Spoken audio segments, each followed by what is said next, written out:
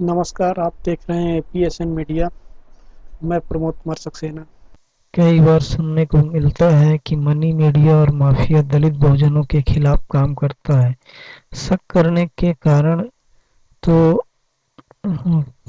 Media खुद भी शक की गुंजाइश खड़ी करता है जब वह आरक्षण, एससी एसटी, अत्याचार निवारण अधिनियम और दलित पिछड़ों के हक हुकूक के मुद्दे को तवज्जो नहीं देता। न्यूज रूम में डाइवर्सिटी का सवाल भी सदैव उठता रहता है। मीडिया में सवर्ण वर्चस्व के लेकर बात होती रही है और इस तथ्य को किसी को इनकार भी नहीं किया जा सकता है। मीडिया के चरित्र पर सवाल उठाना अच्छी बात है, उसे मनुवादी कह देना भी ठीक ही है। उसके वर्गीय और जातीय विविधता का नहीं होना बताना भी कोई गलत बात नहीं है। मीडिया का ऐसा चरित्र उजागर भी होता रहता है, परंतु यह भी ध्यान देने योग्य बात है कि मीडिया की कोई स्थायी प्रवृत्ति नहीं रही है। वह सरकारों के साथ बदलती रहती है। विभिन्न मीडिया घरानों की जमीन जायदाद, विज्ञापन और अन्य धंधों से संबंधित हितों के टकराव की घटनाएं अक्सर देखी जाती हैं, लेकिन यह हर बार सत्ता का मीडिया पर हमला केवल आर्थिक कारणों से ही नहीं होता है। बाज दफा यह सत्ता और उसके गलत कामों पर सवाल उठाने की वजह से भी हो सकता है, जैसे पहले न्यूज क्लिक और हाल ही में भारत समाचार और दैनिक भास्कर के मामलों में हुआ है। केंद्रीय सत्ता का संदेश साफ है कि या तो भक्ति करो अथवा भुगतो। ऐसा नहीं है कि सिर्फ एक मीडिया हाउस ही बहुधंधी है। यहाँ अखबारों के साथ बहुत कुछ और कई लोग बिक रहे हैं, मगर वो सत्ता प्रतिष्ठान के कृपा पात्र हैं, इसलिए उनके सब गुनाह माफ हैं। किंतु जो भी निजाम के खिलाफ बोलने की जरूरत करेगा, उसका हश्र दैनिक भास्कर समूह जैसा ही होगा। यह स्थापित करना केंद्र की मोदी शाह सरकार का उद्देश्य लगता है। यह कौवा मार कर खेत पर बिजुके की तरह लटका देने की कला है, ताकि दूसरे पक्षी इससे सबक ले सकें। सत्ताएं ऐसा करती हैं और निरंकुश सत्ताएं कुछ ज्यादा ही करती हैं। इसे फांसीवादी दौर की सत्ता और अपनी खामियों और लगातार हो रही विफलता के मद्देनजर असहमति की आवाजों को कुचलने के रिकॉर्ड बनाने में लगी हैं। अपने वैचारिक और राजनीतिक विरोधियों के खिलाफ जांच एजेंसियों का ऐसा दुरुपयोग इस सत्ता की खासियत है। वह अपने ही देश के लोगों की विदेशी कंपनियों से जासूसी करवाने से भी नहीं हिचकते हैं। लोगों को सफेद झूठ मामले में जेलों में ठूस रहे हैं और सीबीआई, ईडी आदि का सहारा लेकर लोगों, संस्थाओं और मीडिया हाउसों को आतंकित भी कर रहे हैं। प्रचंड बहुमत से सत्तासीन हुए लोग आखिर किससे डरे हुए हैं कि वे अपनी विपक्षियों और असहमत आवाजों को इस निर्ममता से कुचलने में लगे हैं। क्या भाजपा की मोदी सरकार को विपक्ष से ही डर है या सत्ता पक्ष से और अपने ही लोगों से भी खतरा लग रहा है? हाल ही घटनाक्रमों का विश्लेषण करें तो लगता है भाजपा और आरएसएस के बीच सब कुछ ठीक नहीं चल रहा। जिस तरह से मोदी ने अपने ही समर्थकों को सुरक्षा देने के नाम पर बंदी जैसा बनाकर पंगु किया है, वह भी एक किस्म की निगरानी ही है।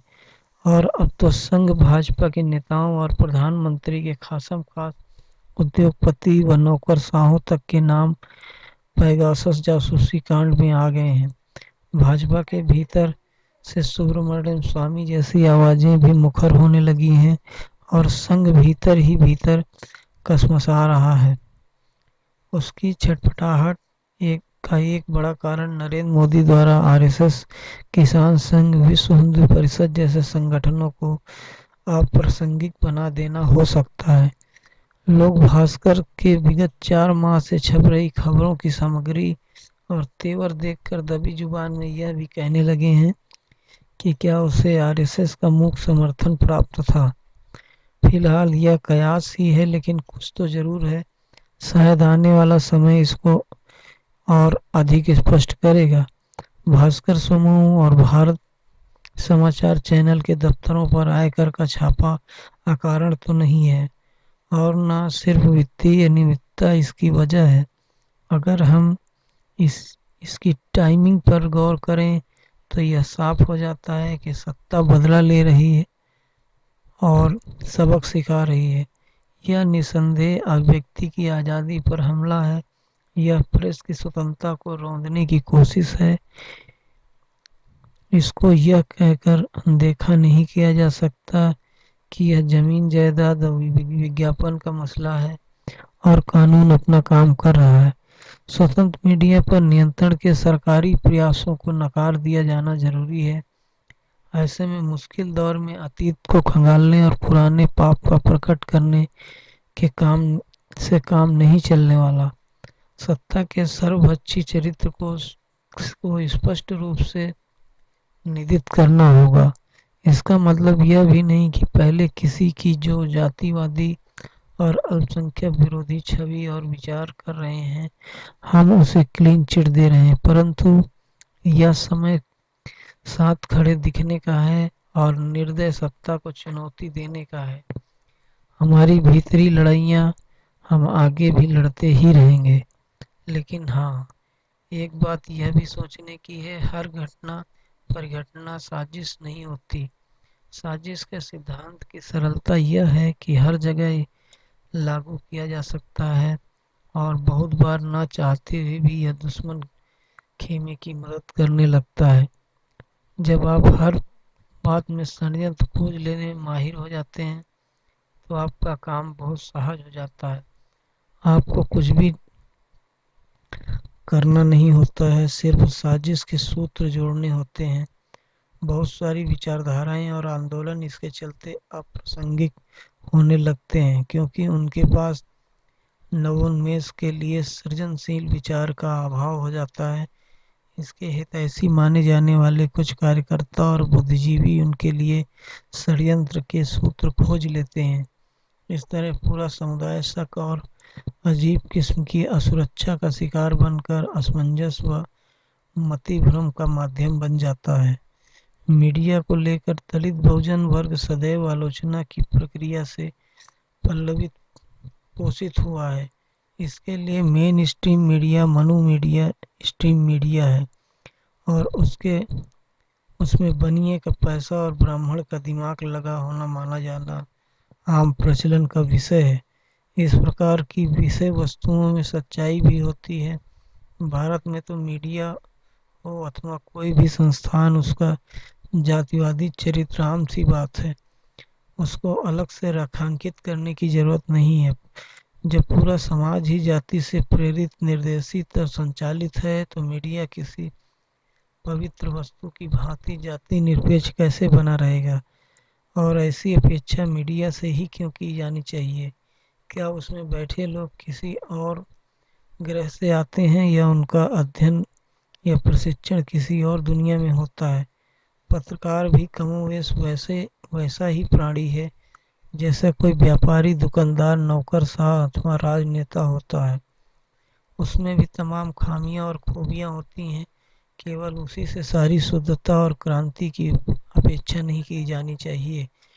उसकी भी एक जाति होती है और उसके अपने जातीय संस्कार होते हैं और भूखे पेट को भोजन करने की लालसा और आगे जानने बढ़ने की अदम्य अभिलाषाएं होती हैं।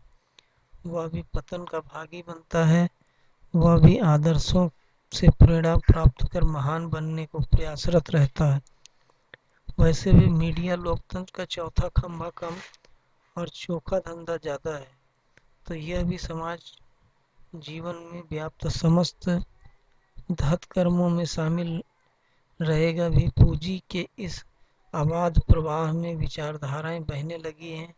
बाजार में नैतिकता के सारे तटबंध टूट गए हैं। उनका सरोकार जाति और मजहब से कहीं ज्यादा पैसे से अधिक है। मीडिया का धन पिपासु चरित्र उसके कसौटी के लिए आज मानक है। उसको इस तरह से भी देखा जाना चाहिए, लेकिन हम उलझे हैं षड्यंत्र के सिद्धांत में, क्योंकि हमारा चिंतन जाति के दायरे से हमको बाहर सोचने नहीं देता, और ऊपर से हमने साजिश के चश्मे आंखों पर चढ़ा रखे हैं। हमारा हर चीज को साजिश करार दो और अपनी जवाबदेही से बच जाओ। रात दिन मीडिया को मनुवादी ब्राह्मणवादी होने के लिए आरोपित करने वालों को खुद भी यह भी पूछना चाहिए कि करोड़ों लोग और उनके लाखों बुद्धिजीवी और व्यवसायी तथा हजारों नेता व नौकरशाह मिलकर विगत 100 साल में कोई मीडिया संस्थान नहीं खड़ा कर सके हैं, तो यह किसकी जिम्मेदारी है? विभिन्न राज्यों में सरकारें बनी हैं, हमारे दलित बहुजन लोग सत्ता के भागीदार रहे हैं, वे एक भी ढंग का अखबार या टीवी चैनल नहीं खड़ा कर पाए, तो इसके लिए भी किसी की साजिश मानी जानी चाहिए या उदासीनता और अकर्मण्यता को भी इसके लिए जवाबदेह ठहराया जाना चाहिए? यह चिंता और चिंतन दोनों का विषय है। हम अपने पर भी सवाल उठाते रहे हैं और दूसरों पर भी, लेकिन हमें अपने दोस्तों और दुश्मनों की समय समय पर शिनाख्त करते रहनी चाहिए। हर बार हर कोई ना हमारे खिलाफ होता है और ना हमारे साथ। कई बार तो साथ दिखने वाले खिलाफ भी खिलाफत करते हैं और हमारे घोषित मुखालिफ हमारा मकसद पूरा कर रहे होते हैं। इसलिए जरा देख कर चलेंगे तो दुर्घटनाएं कम होंगी।